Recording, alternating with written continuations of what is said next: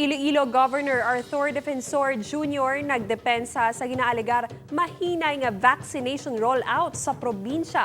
Inigitutukan ni Daryl Marie Sarmiento. 1.4 million ka mga individual sa probinsya sang Iloilo ang target nga mabakunahan sang COVID vaccine agud malabot ang herd immunity. Apang sa data sang Provincial Health Office, 2% pa lang ang fully vaccinated o kung masobra 29,000 kag 6% pa lang ang nakabaton sang first dose o kung masobra 86,000. Gani pamangkod sang iban, may delay gid man bala sa vaccination rollout? Wala kita sa delay kay Bamo Daril. Ang aton man lang nga ginabakuna kung ano nag-abot diri sa aton. Dugang pa ni Defensor, hindi man makapadamo sang mahatagan sang first dose. Bangod. Kada mag-abot yung bakuna, ang second dose, nakaset aside na nakaputang na dira na this is good for 2 doses. Sometimes, ginatuso nila sa first dose tanan kung sigurado kita nga may manug-abot.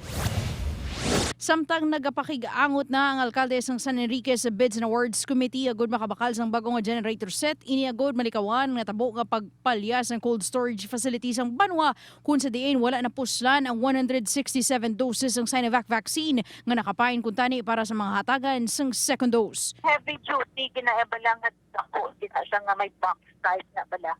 Nga automatic kung mapatay ma-connect na lang din siya, ma-power back on. Hindi na siya balahambal nga paandaron mo pa ang generator set. Upod kay Hans Desierto, Daryl Marie Sarmiento, 1 Western Visayas.